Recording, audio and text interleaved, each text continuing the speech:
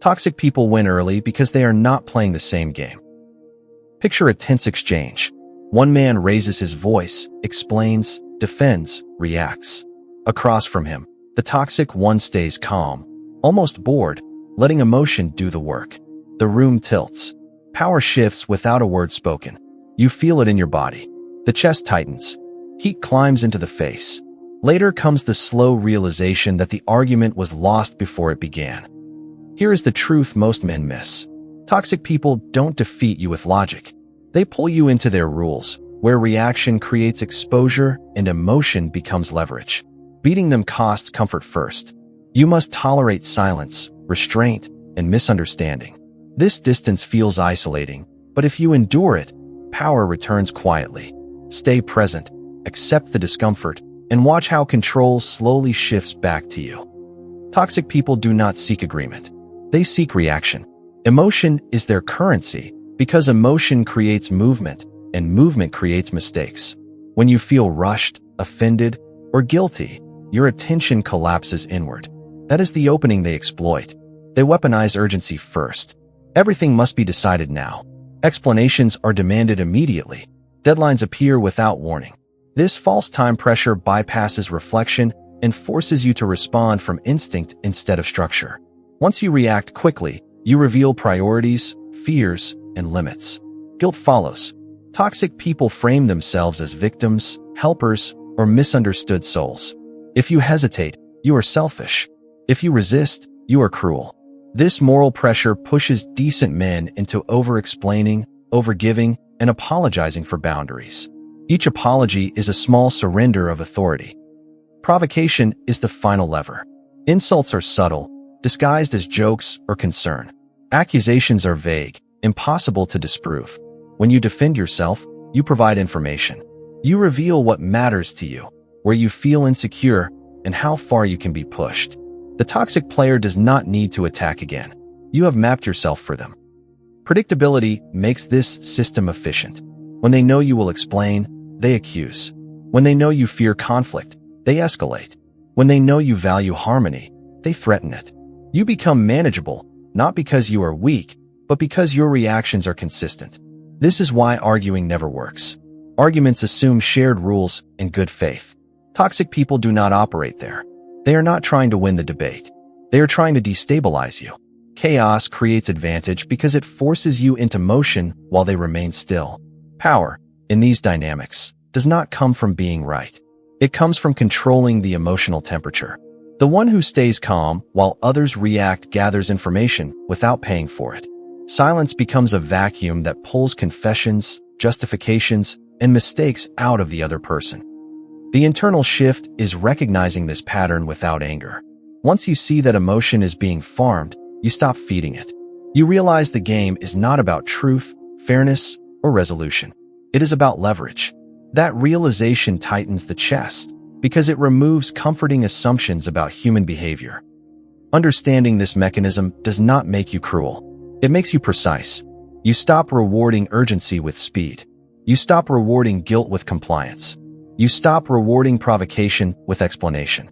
Without these rewards, toxic behavior loses fuel. The most important insight is this. Toxic people gain control by creating chaos and then navigating it better than you. Remove the chaos, and their advantage disappears. Calm is not passivity here. It is disruption. When you refuse to react on schedule, refuse to justify on demand, and refuse to engage emotionally, the structure flips. They feel it immediately. The tone changes. Pressure increases, then collapses. You are no longer predictable. And once predictability dies, control follows. That is the psychological core of their power. Now, here, to defeat toxic players, you do not confront their behavior. You remove the conditions that feed it. Machiavelli's laws are not about revenge.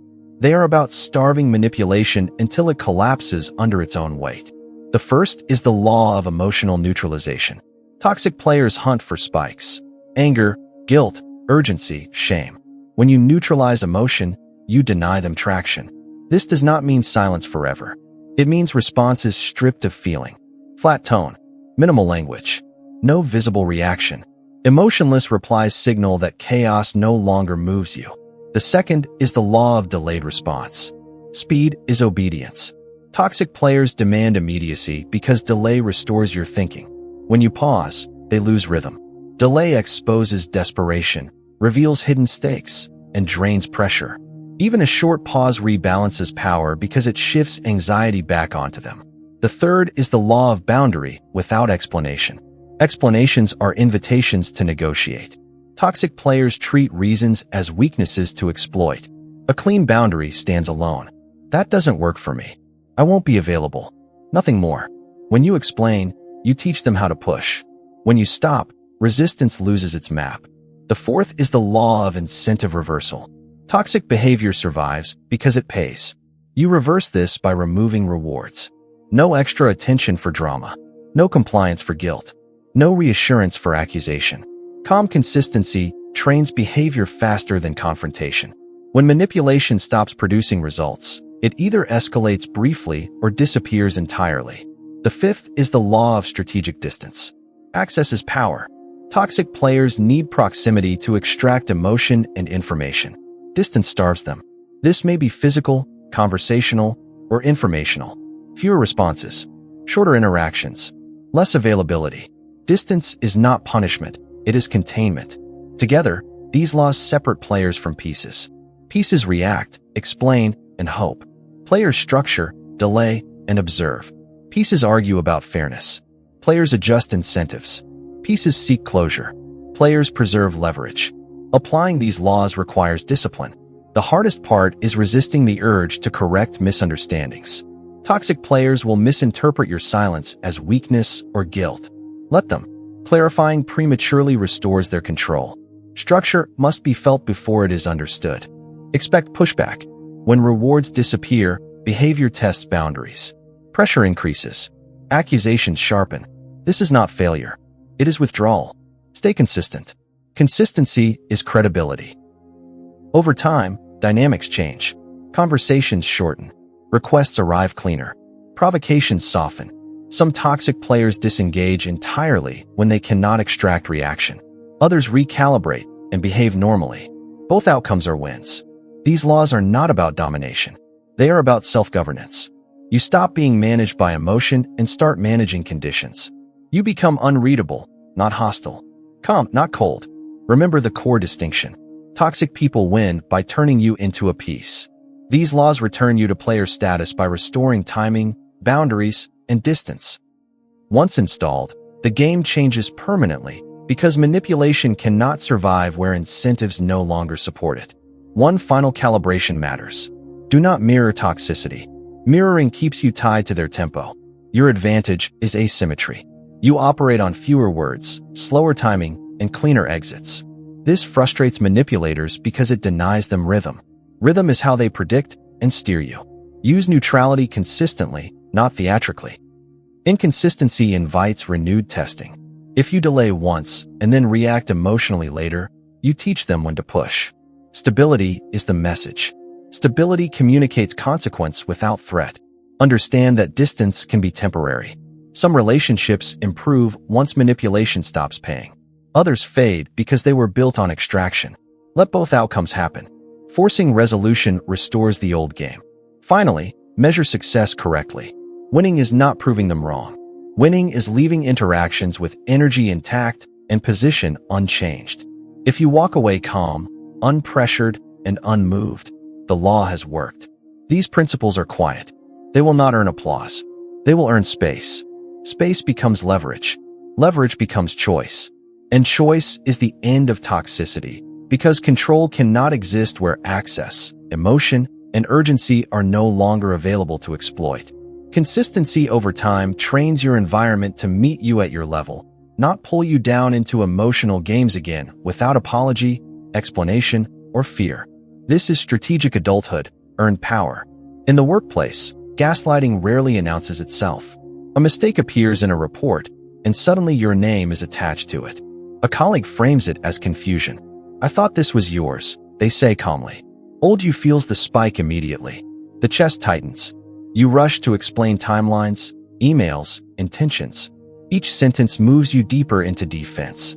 By the end, the room remembers your anxiety, not the truth. Strategic you does not chase clarity. You pause. You review the document quietly. You ask one neutral question about process, not blame. The pressure shifts. Silence forces the inconsistency to surface on its own. You redirect the conversation toward correction, not justification. Outcome over emotion. Position stays intact. In another scenario, blame is shifted upward. A supervisor hints that leadership is concerned about your performance without specifics. Old you reacts by volunteering effort, working longer hours, overcompensating. You try to earn safety through exhaustion. Toxic pressure tightens because it works.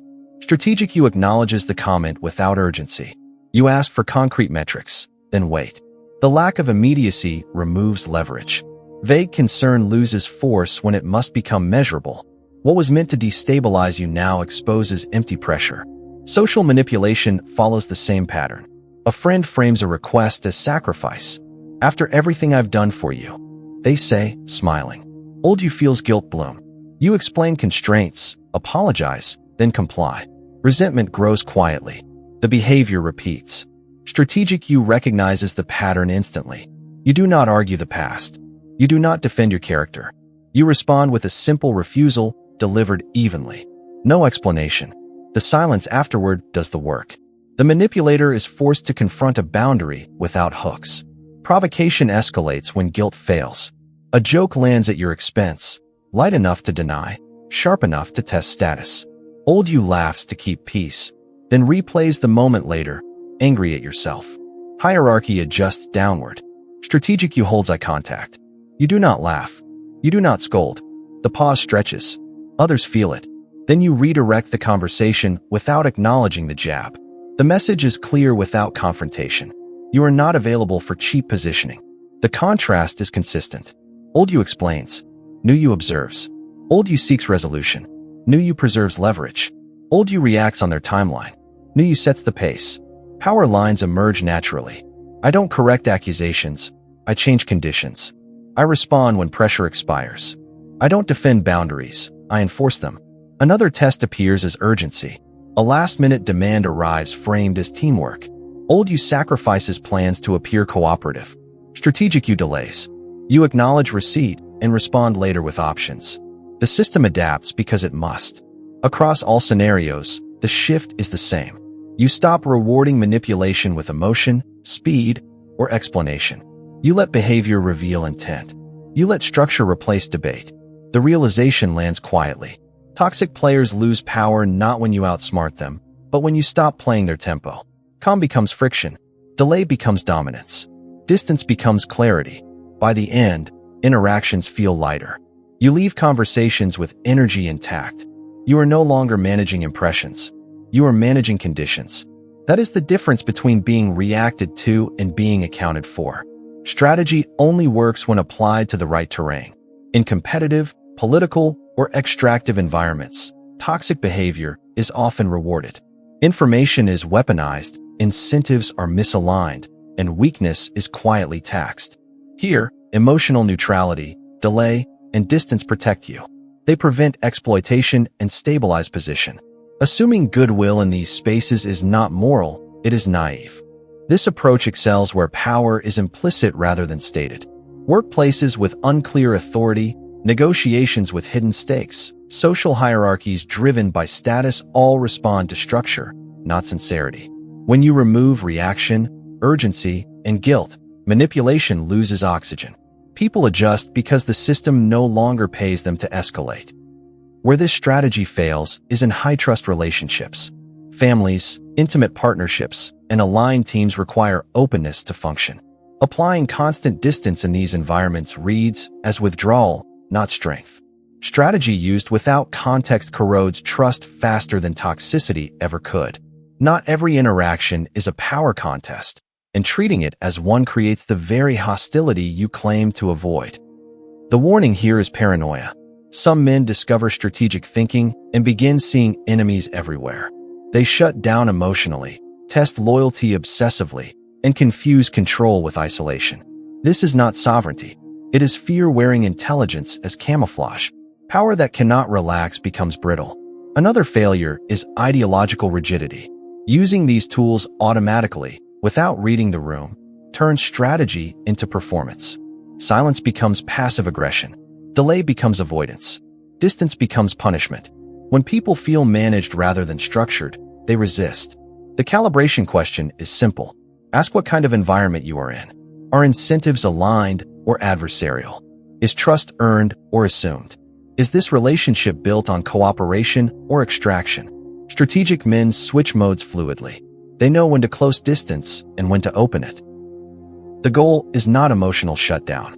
It is selective engagement. You remain warm where it is safe and guarded where it is not. This balance preserves both power and connection. Mastery is restraint. You do not apply strategy everywhere. You apply it precisely. When used with context, these principles protect you without hardening you. When misused, they isolate you. The difference is awareness. Strategy guided by awareness stabilizes life. Strategy guided by ideology destabilizes it. Context is the silent multiplier that decides whether power compounds quietly or corrodes relationships until isolation replaces leverage and discipline turns into emptiness over time, without mercy or warning to you personally. At first, the change feels subtle. You stop reacting immediately, and the world hesitates. Where you once moved on impulse, you now pause, and that pause creates space. Control replaces reaction, not through force, but through restraint. You are no longer pulled into other people's tempo. This is the shift from needing to be understood to being respected. Understanding invites debate. Respect ends it. When you stop explaining yourself, people fill the silence with their own assumptions. Some misjudge you. That is the price. But misjudgment costs less than being managed. Emotional containment becomes authority. You feel irritation rise and let it pass without expression. You feel guilt knock and refuse to answer. Your tone stays level. Your posture stays still. Others sense that emotion no longer grants them access. They slow down. They choose words. They negotiate instead of provoke. This containment is not coldness. It is command over self. Power leaks from those who must display what they feel.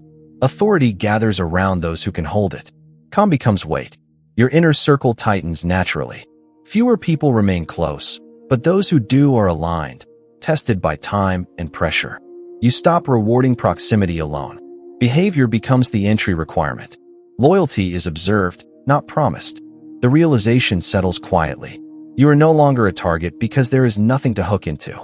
Reaction once made you visible. Control makes you opaque. You do not chase closure or validation. You let outcomes speak.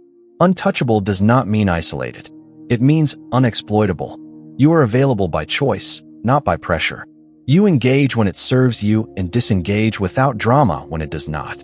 That autonomy reshapes every interaction. From the outside, little seems different.